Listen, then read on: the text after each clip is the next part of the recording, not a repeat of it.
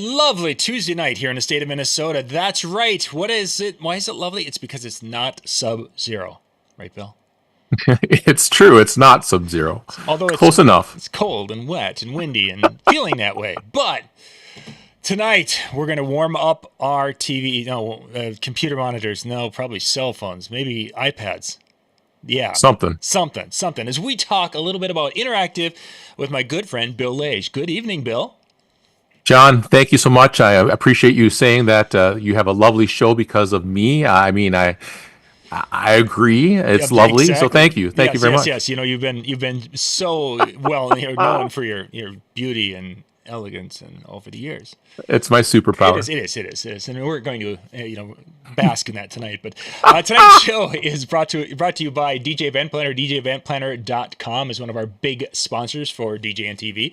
It's a CRM tool that will allow you to go and connect with people through your website. They can request information. They can do a digital contract, sign a contract, make payments, can keep track of everything. And it's all in one suite of tools at our website, tools, DJEventPlanner.com. And that's right below us, actually, right now. There it is, right there. Right there, yes. The link is there.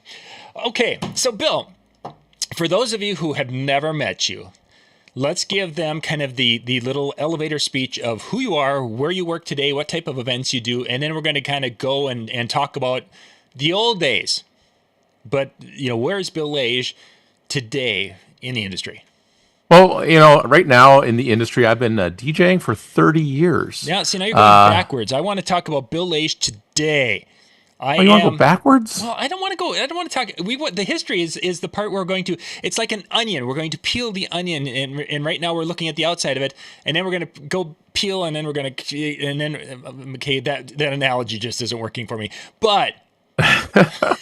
I'm just a simple caveman DJ. Your ways scare me. This internet stuff is freaky. It's freaky. Please be nice to me. Yeah, exactly. Okay, where am I at today? Today, I am a 30-year vet. See, I'm still a 30-year vet. Yeah, you just but I've been DJing a long dang time is what the answer is. You have. And I'm in Shakopee, Minnesota. I'm also enjoying the cold and the wind and the wet and the things. Ironically, my furnace even went out in my house today, so it's going to be a chilly ass night tonight. So chilly booty night. Hopefully the Wolves win, so that'll put some heat in. Yeah, that's what you're hoping for. The Wolves will win tonight. And what kind of events are you doing when you're going mobile and such these days? So these days I focus mainly on weddings. However, I do have a really big following of family dances where it's going to be like your elementary school, junior high style dances where I can still play some of the old school songs, the oldies, the clean stuff. Some of my interaction shtick really works well when it comes to those type of events because, again, it's all about the experience more than the music. Now, I'm not doing as many school dances like high schools, homecomings, proms, because literally the music has gotten tougher to DJ and connect with people, especially even at our elevated age. Right, John? So yeah, and that's as long as we're gonna kind of, I guess we're not gonna go back. We're gonna bounce around here, but let's dig into that. At one time, you and I were performing for a lot of schools throughout, the kind of the Western Minnesota and the Eastern North Dakota area. There were times where we were doing 2 or 3 school events in the fall, especially a week. Yeah. Things have changed a little bit with that, but let's kind of flash back to some of those days where we were going to these schools and bringing a level of interaction that they hadn't seen. And let's kind of talk a little bit about why was that part of your show early on when you were starting to do that? So it's fun to talk about that because, like I said, I used to think I was literally a school dance DJ almost exclusively. In fact, weddings were kind of almost secondary for when I was back in, if you will, my heyday 10, 20 years ago now. Why was the interactive important was because, again, that's what the admins wanted. They wanted clean, and I always told them, I do clean, fun, positive dances. That's what I do. I focus on music. Again, I will play the hits, but they're all radio edits, and I'll even take it to another level, and that's where the interactive side of things will come, where I would maybe even, I know there's a song or a part that's coming up that the radio edit is still not good enough. I will kill the music completely, and I'll yell in the microphone, and now everybody scream, and they all go, ah! And then I fade it back up, past that part that would be controversial. And so even just an interactive of a vocal cue like that really went a long way. The admins loved that. The people who were paying the money to have me come out, they thought that was the best thing ever. Again, it was a win-win for both sides. The other thing with interaction stuff was, again, I did a lot of giveaways, whether it be back in the day glow sticks, the light up glow sticks. Those used to be new back when we were starting, right? Yeah, exactly. Things like that. And then we got into the LED stuff and the foam light up batons, but that's newer stuff. But again, back in the day, having just things like giveaways or competitions, youth and kids and junior high kids especially, they all want to win. They all want to be the best. Or I'd tease, we're going to have a dance contest. My goal tonight is to find the best dancer here. So show me those moves. Even just having those things, next thing you know is they're trying their hardest to win this imaginary contest that doesn't even exist. But again, having those type of cues, though, that interaction with the crowd, again, helped kind of create the following, if you will. Yeah, exactly. I think in the early 2000s, that was a huge part of our shows. As for those of you who don't know, Bill and I did a lot of things together with our shows at that time, and shared a lot of things, traveled to do DJ conventions and such together. And that was part of what we did. And the schools absolutely loved it. And that was both the public schools, and we were doing many of the private Christian schools that were, or different religious schools that were out there and such. And it worked wonderfully. Yeah, it almost turned into, it was less of a dance and more of a show, more of a concert. Very much where literally we're on a stage. We even called it at one point, it was the Lage and Young stage show, if I'm not mistaken. And we even did it at county fairs and such, and we had a lot of fun with it, where we would have people, come up on stage and show us their best dance moves, and again, we'd make it about them less than us, because again, we're the ones who are literally facilitating this fun.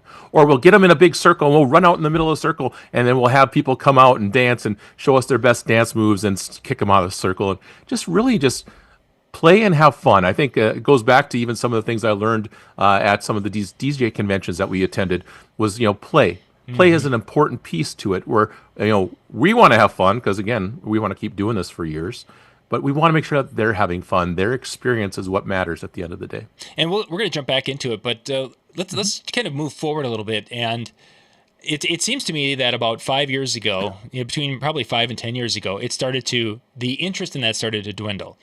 I just talking to advisors at schools or different people in charge, they lost interest. The kids that had seen some of the activities were like, we're not into that as much. And were you starting to feel that in your contacts and such, that they were just kind of starting to lose interest in those types of things?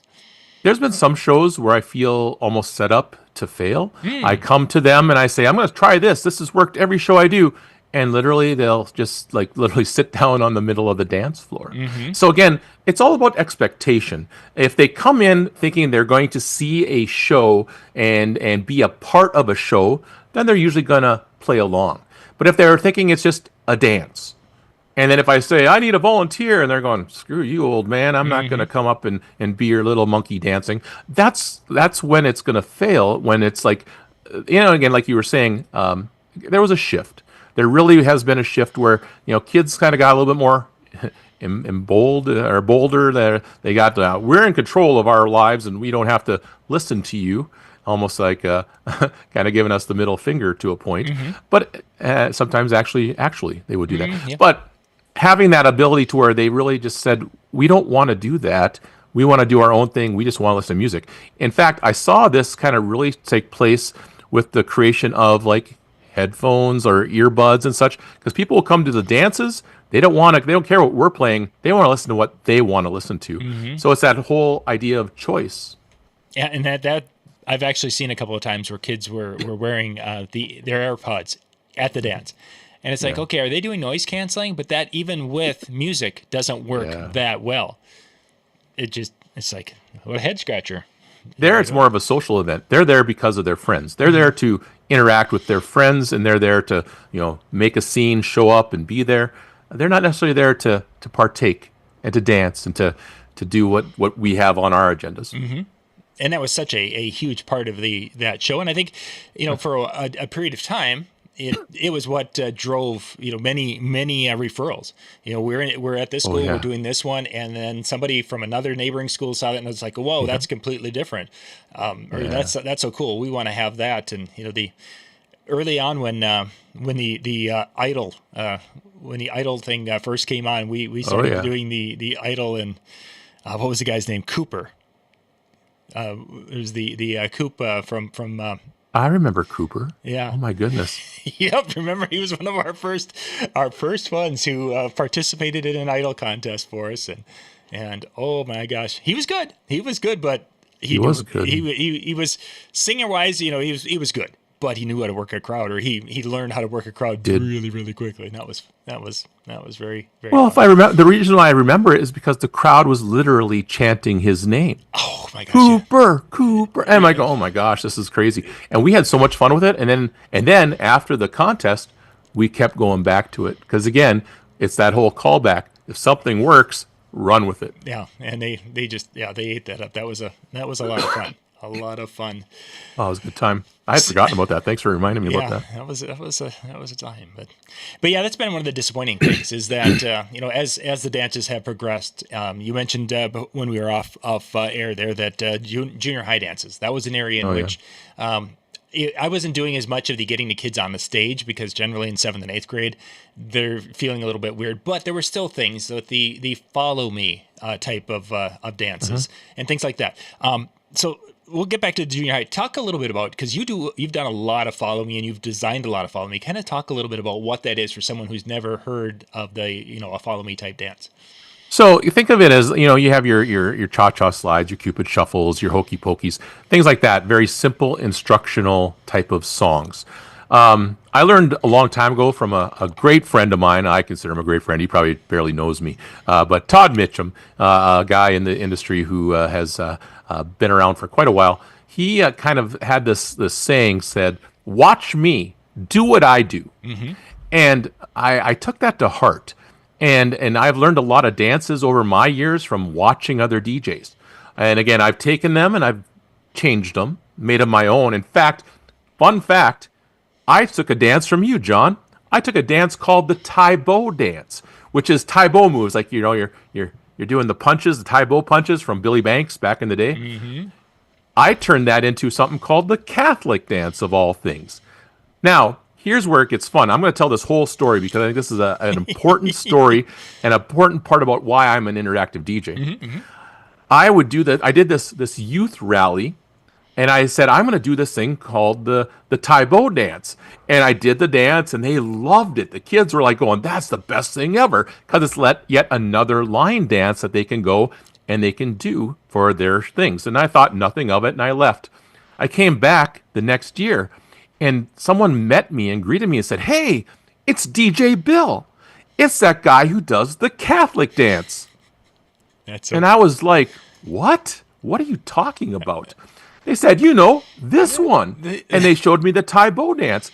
And to which he told me the story. He said, yeah, when you taught that at our youth rally, all the people would do that at their school dances, their homecoming, their winter formal, their proms. And all the other kids would go, hey, look at those Catholic kids. They're doing that Catholic dance. And I thought to myself, that is marketing gold right there. And so I started marketing it as the Catholic dance. And believe it or not, John Young and Bill Lage went down to Kansas City and we did the Catholic dance because it's his dance, the Taebo dance. And we did it in front of 20,000 youth at a National Catholic Youth Convention on a stage. And I've done it since then after some major acts like Toby Mac. I've done it after for King and Country. These are major Christian acts. And I was able to do that on a large stage over in Indianapolis at Lucas Oil Field. And it's just been amazing to be able to do that type of interactive line dance that literally John made up or stole it from someone else. I have no idea. Who knows at this point? But now I've seen it on things like TikTok. And we'll talk about TikTok, I hope, a little bit too, because if you think about interactive dancing, TikTok is what we are talking about at the end of the day. But this is a thing that, again, scaled very well for me. I've made money off of it because, again, this little dance, which has nothing to do with Catholicism, it only is all about the fact that we're all doing it at the same time. It's kind of like a Macarena style dance, and kids loved it and ate it up. So, again, that's a great example of of the kind of a follow me type of a dance. Yes. When we kind of walk us through how you would set that up for success, because that you want that crowd to be doing what you're doing, as you say, that line. For someone who's never done something like that, and we used a similar phraseology for that dance, or if we were doing, you had numerous songs you were doing a follow me type dance. How do you set those up for success when it comes to getting ready to play the song? So here's an example of that. One I do, there's a song called Hot and Cold by Katy Perry. Very popular song. I guess not anymore, but it was a very popular song back in the day. There's a part in there which where she says she's doing something like something, whatever. And there's a part in there where I don't like, right? And I want to edit that out. So I play the very beginning part, and people go, "Oh, I recognize this. I understand this song. I know this song." And they start singing. And then I kill that music. And so during the part, which I think is offensive, or even the radio edit's not good, I say, "Hey, everyone, I want to teach you a new dance. I want you to watch me and do what I do." And they scream, "Ah!" Because that's what usually crowds are going to do. Yeah. At least this has been my. If it depending on the crowd, some crowds will say whatever, but some will say yes, let's do it. And then I turn the music back up, and then I go through it step by step, and I literally talking with them and doing it. So again, being not scared of no music, and really kind of working with the music and talking with the music. That's how I find it easy to kind of start that. So, I mean, it can be as simple as small little things where you cut the music off and you yell, "Somebody scream," or things like that. Those are even interactive points as well, and I have a bunch of those that I have in different songs throughout my library. Yeah, and it's something that you obviously over time you develop, and you're like, okay, I've got this set of 10 songs that I can do different or interactive little bits, whether it's a whole routine or most of the song routine, like Larger in Life, which is the Catholic dance. We're doing pretty much from beginning to end. Yes. And some of it, like the Katy Perry one, it's the most of the song, but it's not the exact, we aren't starting the setup until we get into it a little bit. Yeah, or you make up stuff as you go during those parts that there's really no interactive. And a good part of what you kind of said is the whole song versus parts of songs. That's what TikTok is. TikTok is only parts of songs. In fact, I used to get requests for play Renegade. And I'm like going, okay. So I played it. And literally kids would go on the dance floor and stand around until the one part where they do the little dance, and then they stop and they stand around. And I was like, this is weird. TikTok's killing the school dances. And I think it did a little bit, but it's weird how that will happen. And it becomes one of those, there's we having to be flexible is that we have to now understand these TikTok trends, which ironically, you mentioned ChatGPT before we went on the air. We were asking it last night to make a couple of music lists, and it literally made, in every music list, it dropped in some TikTok suggestions to making a wedding playlist. Here's some for the TikTokers in the crowd. Here's some that kind of a thing. It's become a thing, and now we need to know. Okay, so here's the song.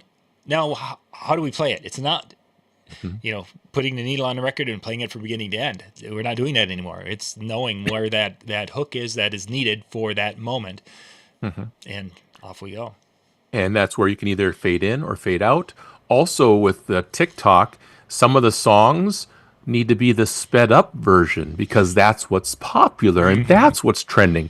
For instance, Wednesday, the TV show on Netflix, of Wednesday Addams, she had the little Gaga song in there, what was it called? Oh gosh, I forget what it was called. Been quite a while, but yeah. But the version that Lady Gaga has is a slower song where it goes, but the fast one is the one that they wanted to do the little TikTok dance to. And so you have to find certain versions of these songs in order to really be effective and really kind of connect with those kids and the youth. And in a situation like that with the TikTok, Excuse me. In many ways, when we were doing some of the dances to the songs, and they follow me dances where they watch me, you get to a point now with some of these TikTok things is that even how many times are these kids wanting to see a 50-year-old up there trying to lead them in a TikTok dance? They don't. They don't, and I wonder so much if because of it being things we brought to them in the early 2000s. Granted, we were still in our upper 30s, early 40s, whatever. But we were bringing them something that was semi-new to them most of the time. And now with the TikTok, they're almost bringing something to us. And for us to do like we did before, where we were, watch me do what I do and leading them in those dances, I don't think it carries the weight anymore because it's them generating, in essence, the things to us compared to what we used to be bringing to them. It is true. And with the things like TikTok and the internet, it's hard to bring something new.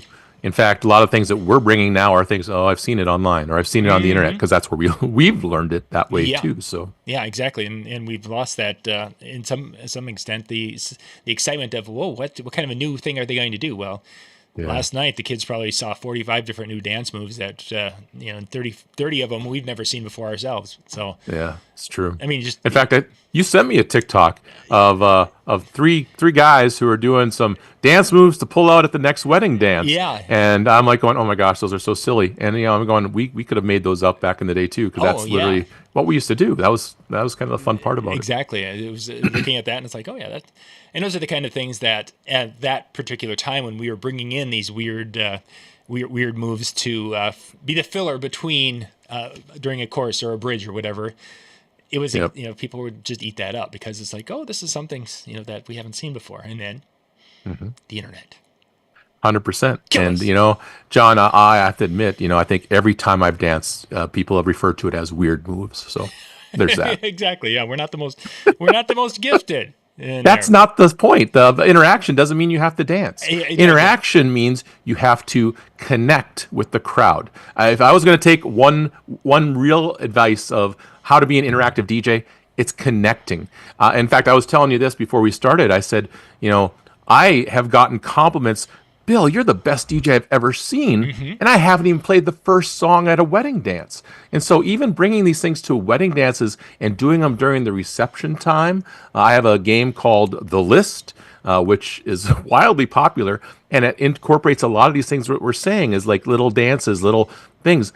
But having brides and grooms who want to have more entertainment than just music, that's kind of the whole idea, and those are kind of my type of customers. Yeah, and that gets to be, those can be a lot of fun.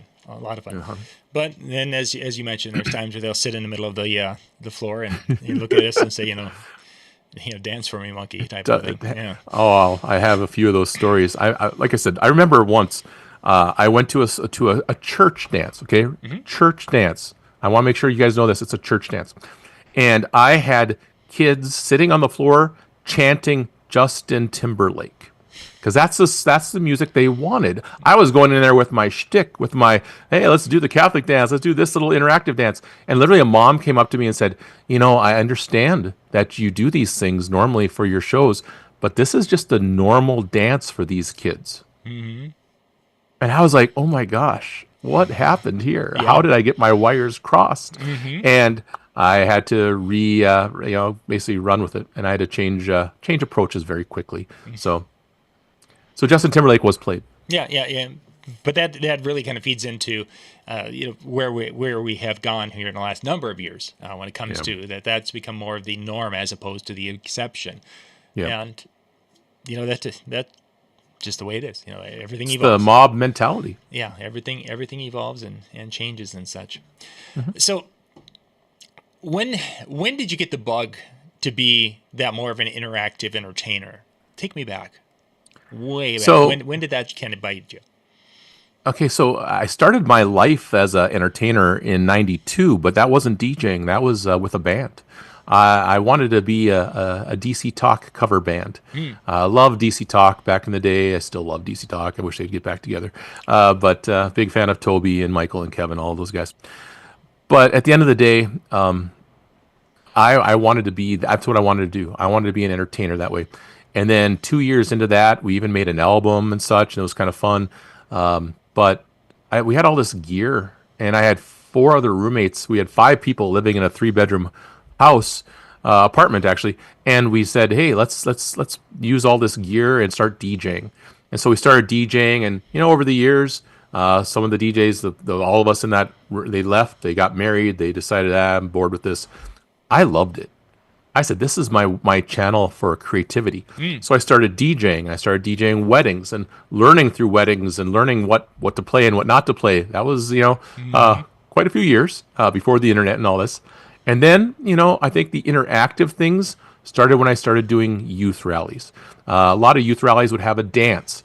I even had a Christian rock group who was there, and one of the guys, the manager of this Christian rock group, was basically kind of almost cussing out the person who brought in a DJ. Said, "How could you bring in a DJ in here? They're going to undo all the things that we did." And then after I did my show, again, it's a show. It was more of a stage show than a dance. They said, "Oh, I totally understand now." Because between doing like the Cotton Eye Joe dance, where we did this was before everyone did the one thing that they do now with the Cotton Eye Joe dance, I would teach them a thing to do with that, and I'd literally stop the music, we'd teach them this thing, and then I'd play Cotton Eye Joe, and then they would do the thing that I taught them.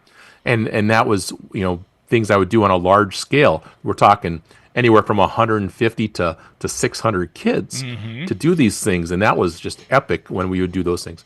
And then I'd teach them the Catholic dance, and again, I wouldn't teach it. I'd just play the music and say, "Watch me do what I do," or I would teach it step by step and do this. But I'd have a lot of Christian music. I'd have just a lot of things where every song was a "Watch me do what I do" dance. I was not leaving anything to chance, and I'm not taking requests at these times, because that would be how it would go sideways quick. Very quickly, yeah. Again, having literally a set, a playlist, and doing more of a show than actually having a dance. Yeah, and that was a recipe that worked, as you say, because once a person, it's like the first kid who came up with a request, it seemed like it opened a floodgate at times with some of the dances. That it's like, oh, all of a sudden everybody wanted to hear whatever song it was, Of course. and it's like, but that's not what we're here to do. And Yep. yeah. But And that still does happen. And again, some dances I'm not taking requests, but they'll still come up and talk to me, and I'll say, "Oh, that's a great song. I'll see if I can work it in." And I have no intention of playing it. I'm a liar. I'm sorry. But anyway, it is what it is. But at the end of the day, I have a set thing. Me and the admins who are basically paying me the money. We have a plan, and we're approaching it, and we're taking it. But that's where I think I started falling in love with the idea of interaction, and I started to really think that I need to create more, and I started to create more. I created a lot of songs. I would also watch other people. We did things at DJ conventions, like the Shtick Night, where I'd watch, and every time I'd watch, I'd find something that I liked. I said, "Oh, I could do that," or I could do a version of that. I wouldn't just rip it off, because again, I don't think that's cool. But I think basically rebranding and making it your own, that's huge. So yeah, and there's so many creative people in the industry that a person can learn from. When it comes to that, and those all-star nights, shtick nights, what have you, were incredibly valuable when a person was learning how to be that interactive entertainer. For sure. What's fun is now I see things online. I literally am scrolling through TikTok, and I once saw this one where this kid was teaching a big crowd at another concert the Catholic dance, and I literally commented on there. I go, "That's totally my dance. Way to go." And I love that. I mean, trust me, it's not my dance. It's a dance. It's just a silly little line dance. But the fact that I see it still happening, I see people still doing it. People, sending me a message. I'm over in Italy right now. They just hired a new pope, and we're doing the Catholic dance. I go, "Oh, that's awesome." I feel good. It's like I made my little mini mark on the world. Yeah, so. Neat stuff. So today, of course, the teen dances are kind of lesser than they were, 15, 20 years ago. But let's talk a little bit about with weddings and doing interaction with that, because you had already mentioned some of the family dances and such with that. But how have you been able to implement interaction to your wedding shows? So weddings are fun and different. Like I said, I had one in December this year that I swear all they wanted was any style of line dance. And I'm talking like I could play Footloose, I could play Dancing Queen, and they had some kind of dances, or any like Boot Scootin' Boogie. Every single line dance that I ever thought of or heard of or thought could work, I played, and they loved it. They ate that up. And then I showed them a couple of mine. I even got a request for the Catholic dance, because there were some people who remembered that from my repertoire back in the day. And so I did that. So some shows, it makes sense, and they almost ask for it. And I do share that when I'm through the sales process, that I like to be interactive. But again, they have, at the end of the day, the people who are paying me the money, they have control over what they want, because it's their wedding, their vision. So I give these as options, and I even say, well, here's something that works very well. I even throw the shoe game out there. A lot of DJs I know do the shoe game. I have a version of the shoe game, just like I think every DJ has a version of the shoe game, and that's fine. But I say, this is how I like to use it. I like to use it as a setup for the first dance. And so we'll do this. We'll get all the attention, because whenever people hear something happening, that attracts people. Like, I don't know if you ever driven by a car crash, but people gawk, right? Oh, yeah. So if I'm on the dance floor talking and making two adults who are now married raise shoes in the air after answering silly questions, people are attracted to that. And so I say, let's use that to bring them all in. And then the last question will always be, who's going to dance all night? And I just want you to raise both your shoes and then put your shoes on, and then we're going to have your first dance. And then once they raise both shoes, I then walk around the crowd that's now has gathered around the dance floor. I said, now get out those cell phones. I don't want you to miss a moment of this. And I literally instruct them to say, this is going to be something you have to pay attention to. And then we do the first dance. And it works really well. That's been a great setup for me. Sure. Again, I hope other people do it that way, but again, whatever works for anyone, because I would rather do it that way than, dance, dance, dance, interrupt the night, do the shoe game, dance, dance, dance. I think that, you don't want to break up a fun event. So I'm not a big fan of doing it in the middle, but that's just my preference. Yeah. And I will work with the brides and grooms, because at the end of the day, it's what they want, not what I want. And even there's some correlation to what we experienced in, I feel at least, with our teen dances of the more interaction in the early 2000s to today. When we used to have a list of 20 different interactive little things that we would have that would go out in a planning process with our weddings. And couples would be like, oh yeah, we want to do this, and many times we were doing 4 or 5 of those things during the course, and that's beyond the specialty dances.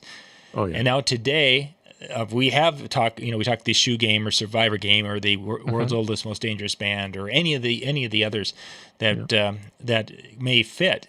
And I bet I maybe have done 2 or 3 throughout the whole season. That it's just not what it once was. There were times where we were doing 3 or 4 a night at weddings, because it was, people were I don't know if they were not so much expecting it, but it was a tool that enhanced. And I almost feel nowadays is that kind of what you're referring to is that we're dance, dance, dance, dance, dance. And if you're pulling that tool out, it's sending people off the dance floor. It can. Yeah. And it's just, they don't, again, it was an enhancement tool at one time that was almost needed to get people more engaged and such. And I don't feel at wedding dances in the last 5 years, 6, 8 years, whatever, that it's been needed like it was at one time. And I don't know if that's just a maturity level on my side of it, or if the crowds have changed a little bit in their expectations and engaging. I don't know. But we just don't do as much. Yeah, it's definitely on a maturity level on your side. Don't ever think that. It's more of I think it's just the expectations have changed. And like, even if you think about regional things, like if I do a wedding over in Wisconsin versus over in Minnesota versus over in North Dakota, there are differences. Even like in North Dakota, auctioning off the garter is a big thing, but Minnesota, no one auctions off the garter anymore. So even just those type of things have progressed. Some traditions that we once did all the time are now fading out, and that's fine. Things can change. I'm okay with that. But now for interactive, as far as weddings, think music and think TikTok. Think little things to do during the songs. Like, again, I will have many different vocal cues throughout specific songs. Sure. Or little sets, right? That I'll do. Like, I'll do Shook Me All Night Long and To Pour Some Sugar on Me. I always do those two grouped together, right? Or I usually do the Cha-Cha Slide into the Cupid Shuffle. And at the end of the cha-cha slide, it's a long fade out. And so I'll usually get on the mic and say, oh, so you guys know how to do the cha-cha slide. But let me ask you this. Do you know how to shuffle? And a few people get it on that. And I said, I'm talking the Cupid shuffle. And then more people get excited. And then literally it goes, hey, Cupid. And it goes into the song at that point. So timing, things like that. Again, the one thing I always recommend to people who ask me how to be an interactive DJ, man, practice, try these things. Literally every weekend, if you're DJing every weekend, try it. If it doesn't work, say, I'm taking a mulligan on that one. Just have fun with it. Own it that it didn't work and say, hey, we're going to try a different song or have a song ready to fade out if it doesn't work. But you got to try. If you don't try, you'll never know. And that's, I mean, how did I get to where I'm at today? 30 years DJing. It's by trying a lot of things, and a lot of things haven't worked. Certainly. But every time I've done it and it didn't work, I knew not to do it again, or I knew to try it differently. There's the key is to try it differently, because sometimes it was maybe not the right moment or the right crowd, or we didn't set it up right. There's numerous times where something that it's like I knew this should have worked, but I flubbed the setup, and it's like, I knew it after when you flub it, and it's like, can you salvage it? And there's times where you should have pulled the chute and bailed, but nope, you gotta go on through and eventually especially a follow me type dance that sometimes they'll come back and be part of it, and it'll go over well, but that it could have gone over a lot better. The thing I've learned over the years too is bribery. Bribery works. Bribery works every time. For instance, I don't know if you realize this, John, but I don't know how to juggle. But we always had a point in our stage show where I would try to juggle glow necklaces. And I would always drop them. Guess what? That was on purpose. And I still don't know how to juggle. And I still use that as an excuse to throw necklaces. And kids thought it was the funniest thing to watch me try to juggle when I couldn't juggle. And I'd say, here, throw me one, John. And it'd fly over my head and right into the crowd. Imagine that, into the crowd. Again, it's that whole setup, and try different things and have fun. Again, we're playing up there. And again, the crowd will usually react in a positive way. For sure. Yeah. The playing and have fun. That was such a part of that process. It was. Yeah. 100%. Good stuff. Good stuff indeed. I'm just checking here. We got a few folks in the chat room with us, so thank you guys for being with us tonight and hanging out as we kind of bounce along. So, where do you think? I mean, you've mentioned TikTok a couple of times. Is there another spot where people who are wanting to maybe find ways to be that opportunist interactionist? Yeah, look at there. But you're finding inspiration through TikTok. Are there other spots where people are seeing things that would be able to say, this is a good resource for learning, what's hot and implementing it into their shows a little bit? Opportunist interactiveness? What? That threw me off there. I'm sorry. Okay. YouTube is a good way to do it. A lot of YouTube shorts, but that's the same as TikTok. Again, those little bite-sized videos that are being created, those work well. So I think that's kind of the main place to kind of source some of this stuff. But again, it's any type of trend. If you're like scrolling on Instagram, if you're scrolling on Facebook, you're scrolling on TikTok, YouTube Shorts, anything, and you see a video and you watch it, or hey, this is the viral video, and someone shares it. Again, if someone's sharing that, that's them saying, I like this. I want you to check this out. And so that usually says, well, someone likes it enough to where it's something that's important to them. And so, yeah, those are the type of things that I would pay attention to. But at the end of the day, again, different resources like even the DJNTV television. There's other DJs out there. There's DJ groups in there that you could even ask, what's popular, what kind of dance trends. I know that some DJs I've seen will even post, these songs will really, are being very popular right now if I play these at these homecoming dances or these proms. And so I've actually taken some of those and I go, tell me more. And like I look at them and oh, it's because it's a TikTok thing. So I've gone the other way where other DJs have referred me these songs, and I see why after I do a little bit of my own research. Yeah, and that becomes the thing is that it's like, okay, why is that? And Brian Red's talked about that on numerous occasions of there's a song out. Okay, why is it? Is it because it's used in a TikTok video? Some sort of a video? Is it in a movie that just came out and is hot? Where did it come from? Movies. And now, 10 years ago, obviously we were looking at it came out in this movie or that movie, and now it's almost to a T. It's a TikTok video out there. So.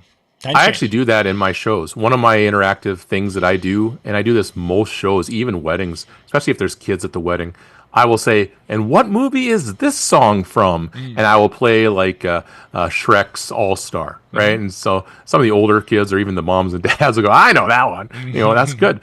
But at the end of the day, I'll play the Encanto theme, or something like that, or the Cars theme, Life is a Highway, depending on what it is. But I literally have a set of like music songs that were more popular probably 10 years ago. So, the junior high kids may or may not know them. But having that, again, that connection, because some of these songs, like the other day, I had a song request for this Katy Perry song for California Girls. And I'm going, okay, I'll play that one. And they were freaking out, going crazy for it. I go, why is this so popular? And I'm guessing it's because it was in a movie recently, or some animated movie had that song in there. I have no idea why they're popular at times, but that's what happens. Is all these movie studios will reuse these songs. If the movie is a hit, then they will. That means something to people because that's part of their entertainment experience. And that's where you end up. You're at a show and you're like, huh? Go to Google. It's like 100%. Why is this?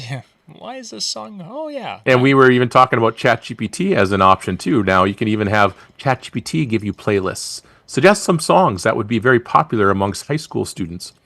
Hey, there's 10 to 20 songs that I wouldn't even thought of. Now I can go listen to them. And here's the thing that no one's going to want to hear.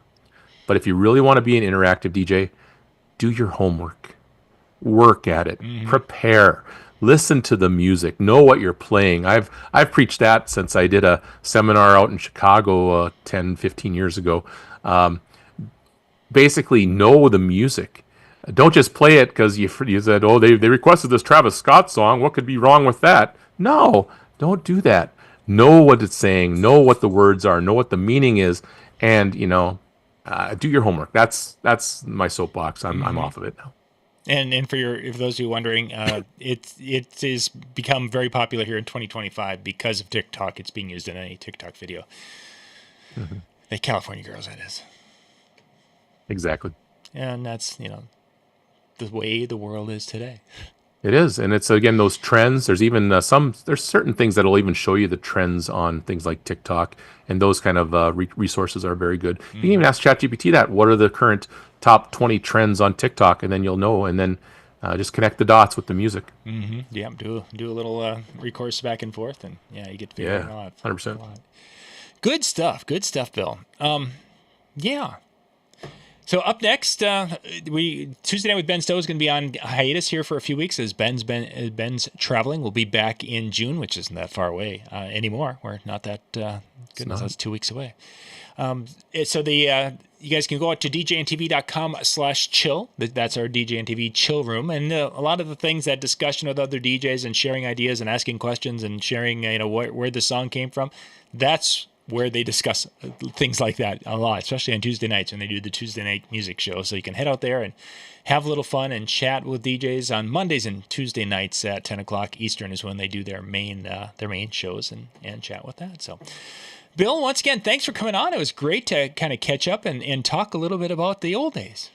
John, it's been too long. I mean, I remember back when we would be DJing on the weekends on Saturday nights. And then roughly between midnight and 2 or 3 in the morning, we would call each other and chat as we were driving home in desolate Minnesota. So I miss those days, but those were definitely fun. I don't call you anymore because, I know you only do shows that end at 10 because of your age. And that's okay. We still love you. We still love you, John. That's right. It's 11 o'clock and I'm a complete pumpkin. All right. Thank you guys for being with us. And we'll be back again. A couple of weeks, we'll be back with some other shows and we'll catch you then. Good night, everybody. Sounds good.